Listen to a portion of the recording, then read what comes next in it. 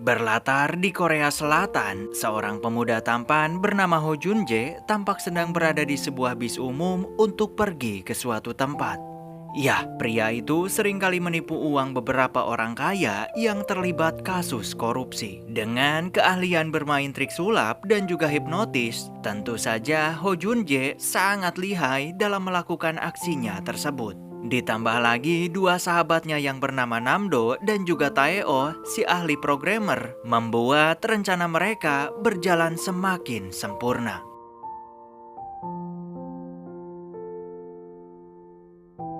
Usai berhasil mendapatkan uang yang cukup banyak, mereka bertiga lalu berpisah untuk pergi berlibur ke luar negeri. Ho Jun-jae kemudian memutuskan untuk pergi liburan ke Spanyol. Namun saat Jun-jae lagi menikmati udara pagi yang segar di tepi pantai, tanpa ia sadari ternyata seorang putri duyung tengah asik berenang tepat di belakangnya.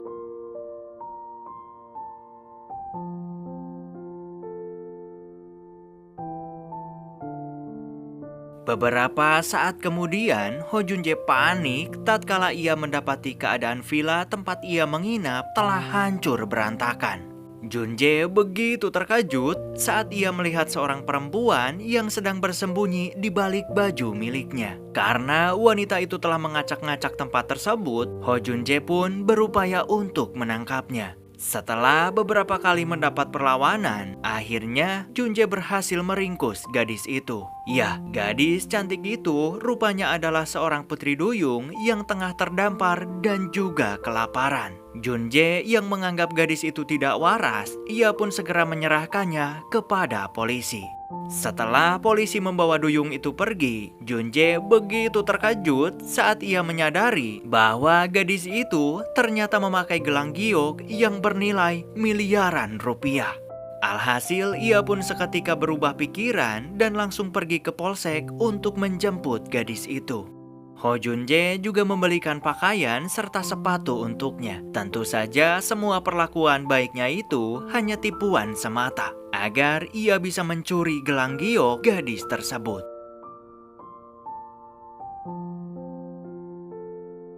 Setelah mengganti pakaian, mereka berdua lalu pergi makan siang, di mana putri duyung itu memiliki cara makan yang sangat mengerikan. Namun dengan kesabaran ekstra dan juga kecepatan tangan yang ia kuasai, akhirnya Ho Jun-jae berhasil mencuri gelang giok tersebut. Usai merampas gelangnya, Jun-jae kemudian pergi meninggalkan gadis itu sendirian. Putri duyung yang malang tersebut tetap setia menunggu Ho Jun-jae datang, meskipun hari sudah larut malam.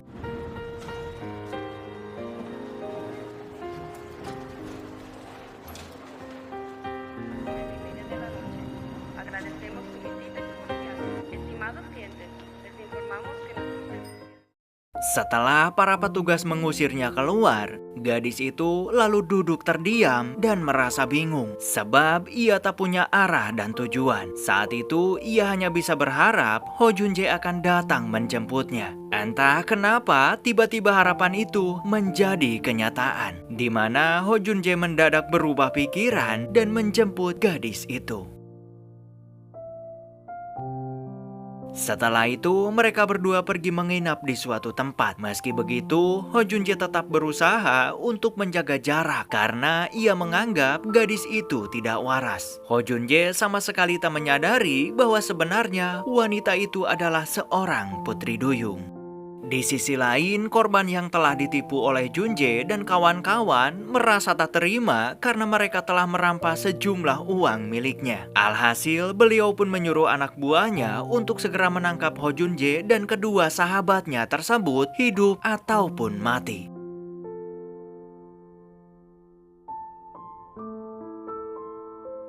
Mendengar mereka sedang diburu oleh gangster bayaran, maka Namdo langsung memberitahu Jun-jae bahwa mereka bertiga sedang dalam bahaya. Akan tetapi, ternyata para pemburu itu telah sampai ke tempat Jun-jae berada. Sehingga mau tak mau, mereka berdua harus kabur secepat mungkin dari sana.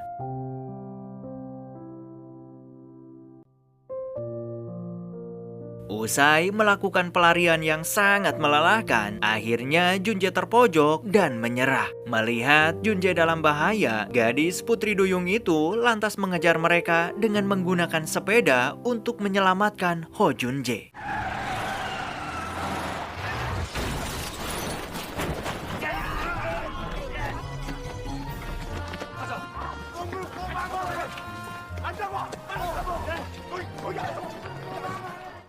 Keduanya lalu pergi menginap di salah satu kenalan Ho Junje. Di sana, gadis itu berbicara untuk pertama kalinya, yang tentu membuat Junje kaget dan sedikit emosi. Sebab selama ini ia mengira gadis itu kurang waras dan juga tak bisa berbicara. Junje lalu menanyakan di mana tempat tinggal dan juga keluarga kepada gadis itu. Namun, gadis itu menjawab bahwa ia nggak punya orang tua ataupun keluarga. Bahkan, ia juga tak mempunyai nama.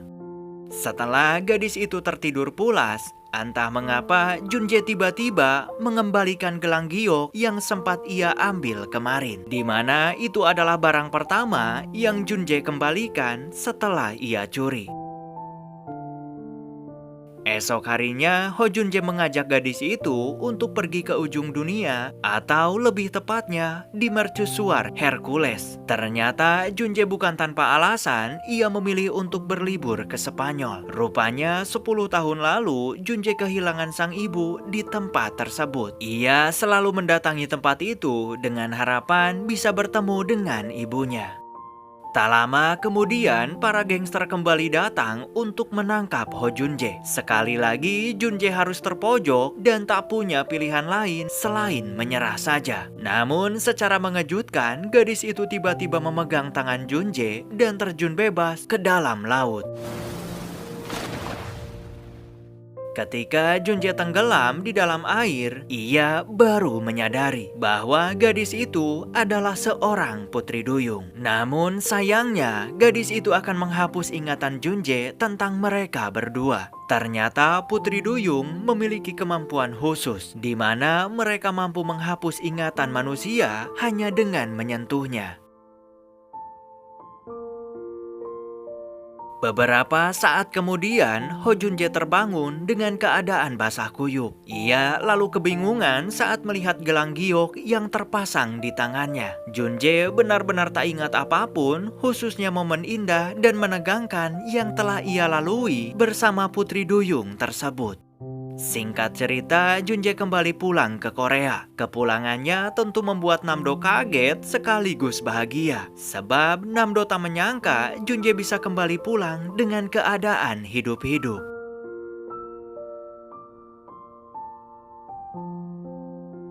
Setelah itu, Namdo menanyakan di mana keberadaan gadis pemilik gelang giok yang Junje ceritakan saat ditelepon. Namun, seberapa keras Junje mencoba mengingatnya, ia tetap tak bisa mengingat siapa gadis yang Namdo maksud itu.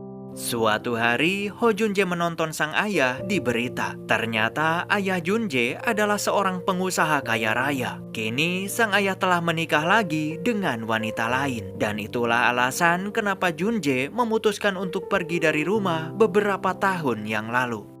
Sementara itu, gadis putri duyung nekat menyusul Ho Junje ke Korea karena ia sangat merindukan pria itu. Setibanya di Seoul, ia hampir saja bertemu dengan Ho Junje. Namun sayangnya, takdir belum mengizinkan keduanya untuk bertemu saat itu.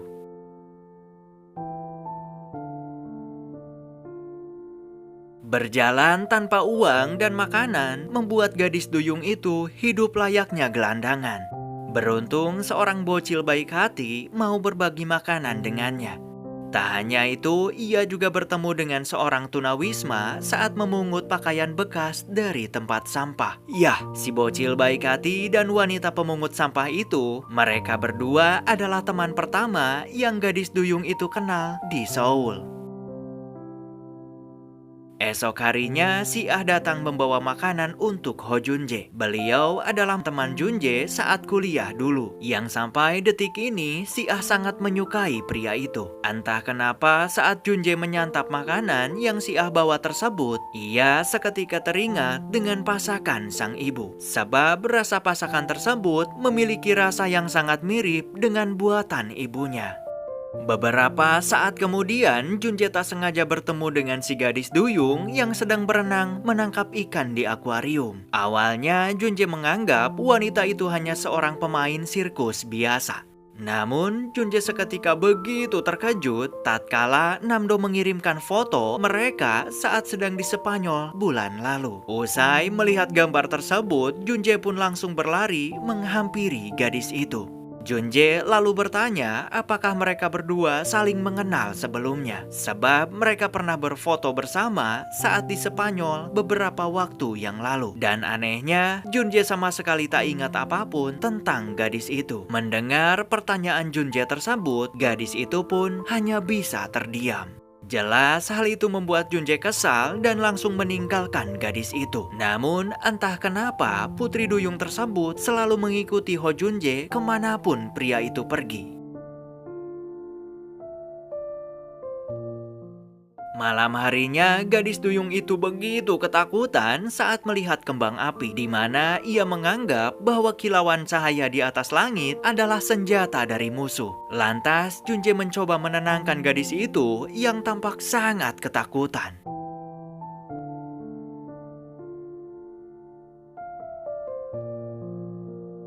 Karena kekeh gak mau menjawab pertanyaannya, maka Junje menuliskan nomor ponsel miliknya dan berniat meninggalkan tuh bocah. Namun entah mengapa, lagi dan lagi ia tak sanggup meninggalkan gadis itu sendirian di sana. Hingga pada akhirnya Junje memutuskan untuk membawa pulang gadis tersebut. Setibanya di rumah, kelakuan aneh perempuan itu membuat kedua sahabatnya merasa terheran-heran sekaligus ketakutan. Setelah situasinya agak tenang, Junje lalu memberikan nama Simchong untuk gadis itu, yang mana arti dari kata Simchong adalah sangat bodoh. 나 마음에 들어 심청이. 좋아. Malam itu, Simchong tidur di kamar loteng tepat di atas kamarnya Ho Junje. Dan hampir sepanjang malam, Simchong terus membuat kegaduhan.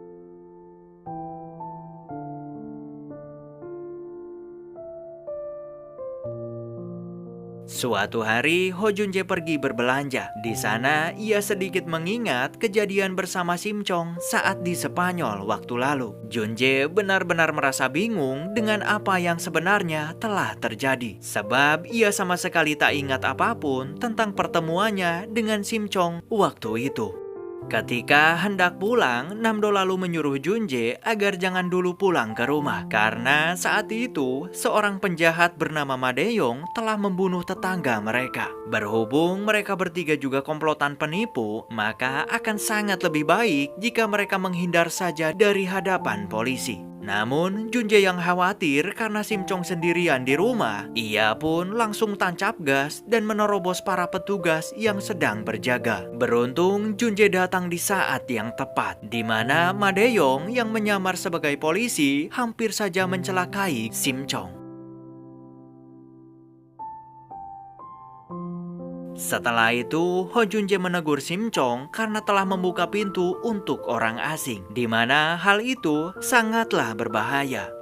Esok harinya, si Ah datang ke sana dan mengusir Simchong untuk segera pergi dari rumah Ho Junje. Tentu saja, si Ah merasa cemburu jika pria yang ia sukai tinggal dengan wanita lain. Namun, Simchong yang tak terima dirinya diusir, maka ia langsung memberikan perlawanan.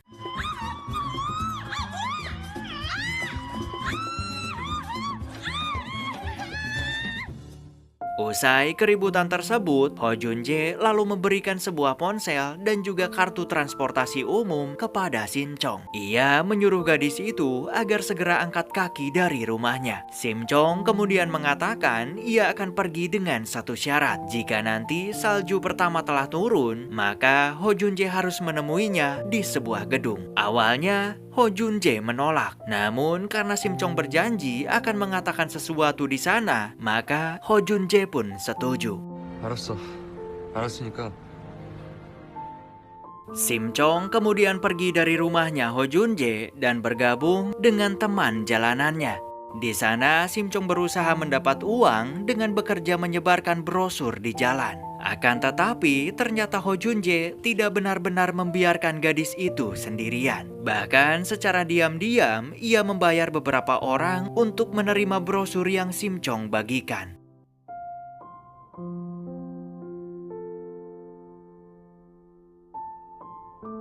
Malam harinya, Sim Chong begitu bahagia karena ternyata salju pertama telah turun. Yang artinya malam itu ia akan segera bertemu dengan Ho Junjae. Namun sayangnya, di perjalanan gadis itu mengalami kecelakaan usai sebuah mobil tak sengaja menabraknya.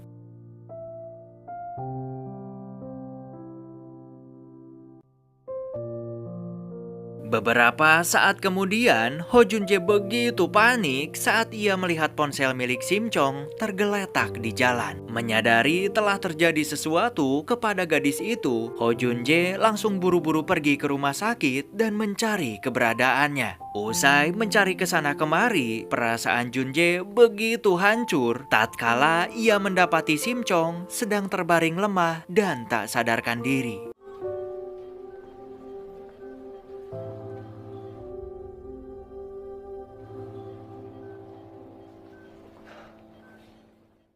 Meski kaki Sim Chong mengalami patah tulang, namun beruntungnya gadis itu tidak mengalami luka dalam yang serius.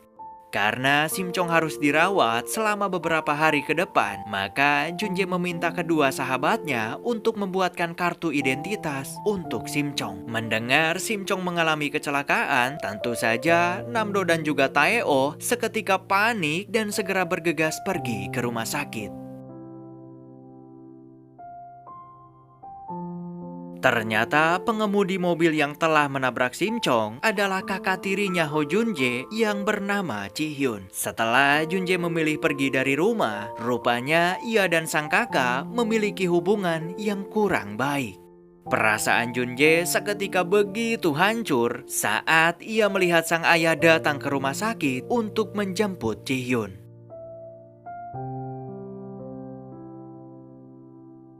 Esok harinya, Sim Chong menghampiri seorang ibu-ibu yang sedang menangis terseduh-seduh karena putrinya baru saja meninggal dunia. Melihat kesedihan itu, Sim Chong lantas menawarkan diri dan mengatakan bahwa ia bisa menghapus sebagian ingatan dari seseorang. Sim Chong akan menghapus ingatan tentang putrinya tersebut supaya si ibu bisa hidup bahagia. Namun ternyata si ibu itu menolak sebab ia tak ingin melupakan kenangan indah dengan putrinya yang telah mereka lalui bersama-sama. Meski perpisahan selalu menyakitkan, namun beliau tak mau melupakan semua itu sebagai bentuk rasa sayangnya kepada almarhum putrinya. Beberapa hari kemudian, Sim Chong sudah bisa diizinkan pulang. Dokter mengatakan bahwa sebuah keajaiban telah terjadi, di mana gadis itu bisa sembuh jauh lebih cepat daripada waktu yang seharusnya. Bahkan dokter itu sampai kebingungan karena Sim Chong udah bisa berlari dan juga melompat hanya dalam waktu seminggu. Setelah keluar dari rumah sakit, Junjae lalu mengajak Sim Chong untuk bermain ski sebab mereka telah melewatkan untuk menikmati salju pertama yang turun malam itu.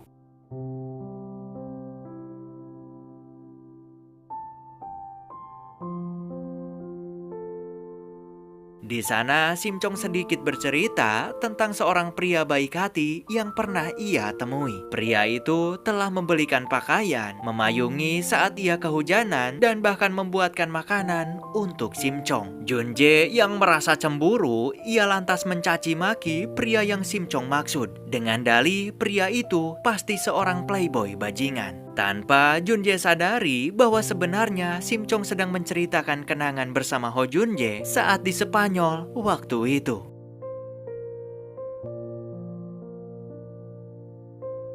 Karena takut Sim Chong kenapa-napa, maka Junjae kembali membawa Sim Chong pulang ke rumahnya. Malam itu ia nggak bisa tidur semalaman karena merasa penasaran siapakah pria yang Simcong ceritakan tadi. Ia lalu memanggil Simcong agar turun sebentar. Junje kemudian bertanya, apakah sampai saat ini Simcong masih sering bertemu dengan pria playboy itu? Simcong lantas menjawab bahwa mereka berdua masih berhubungan baik hingga detik ini. Jelas jawaban itu membuat Ho Junje semakin kesal dan langsung menyuruh Simcong agar segera naik ke kamarnya.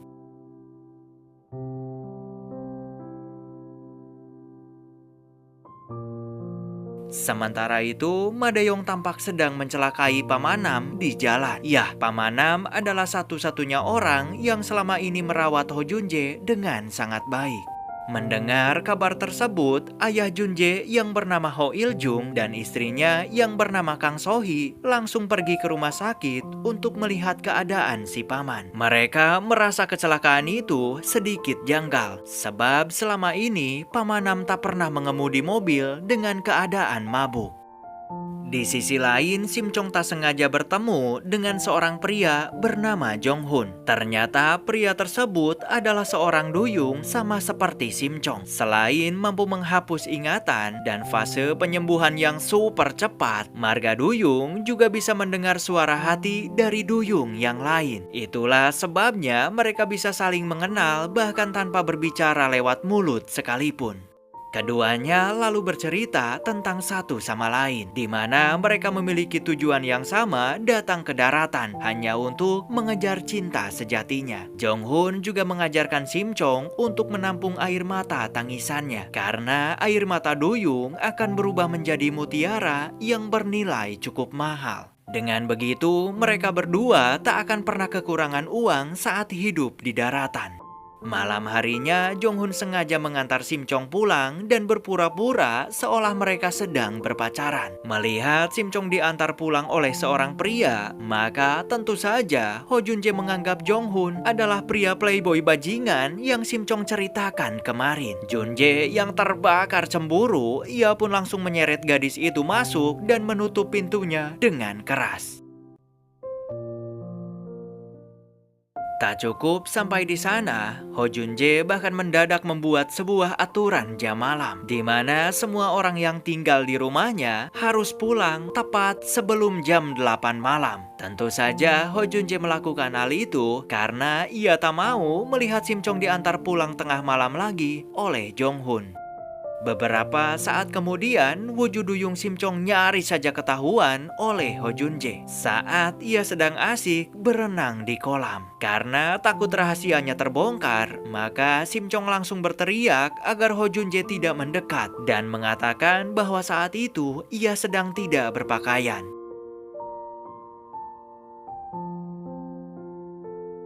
Setelah Simcong selesai berenang, maka Ho Junje menegur gadis itu agar tidak berenang tanpa pakaian lagi, sebab Namdo dan juga Tae-oh juga tinggal di rumah tersebut.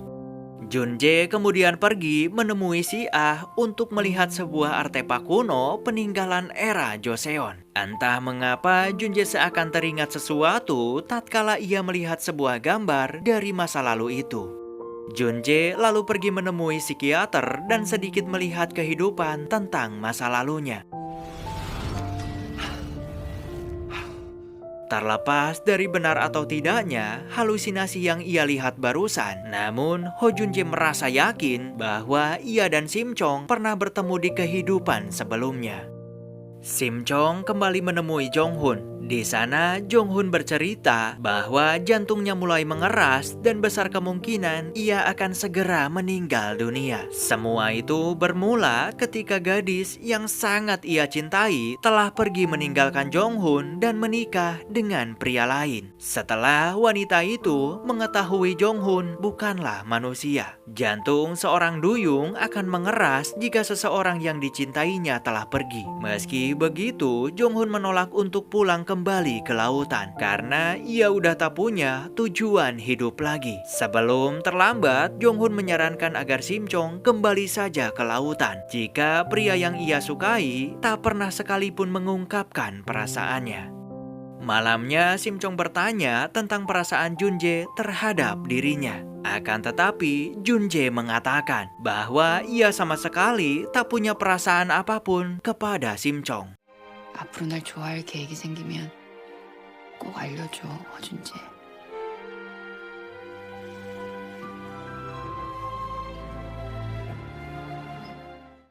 Beberapa hari kemudian, Sim Chong mendapat kabar buruk di mana Jong Hun telah meninggal akibat serangan jantung. Meski telah lama berpisah, namun ternyata mantan pacar Jong Hun datang dan menangis terseduh-seduh usai pria itu telah tiada.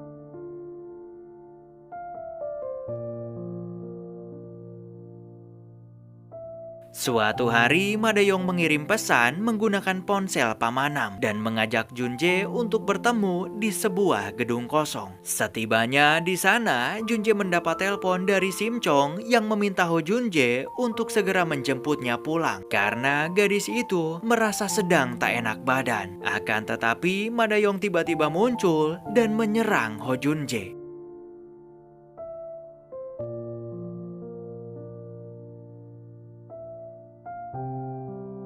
Saat Junjae lagi terpojok, beruntung taksi yang ia pesan datang di waktu yang tepat. Sehingga Madayong pun langsung kabur dari sana.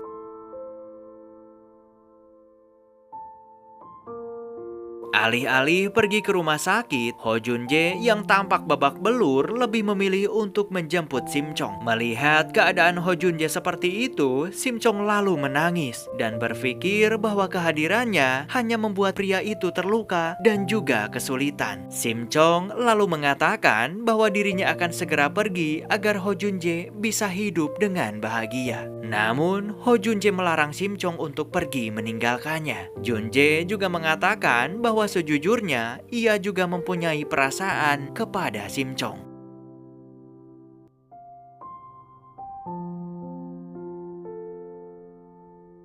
Saat itu, tiba-tiba Ho Junjae mendadak pingsan dan membuat Sim Chong begitu panik. Junjae lalu bermimpi bertemu dengan seorang pria dari era Joseon yang sangat mirip dengan dirinya sendiri. Pria itu mengatakan bahwa Ho Junjae adalah reinkarnasi dari dirinya. Ia juga berpesan agar Ho Junjae selalu melindungi gadis itu, sebab banyak sekali orang jahat yang akan mencelakainya. Tak lama kemudian, Ho Junjae kembali tersadar dan Sim Chong langsung memeluk pria itu.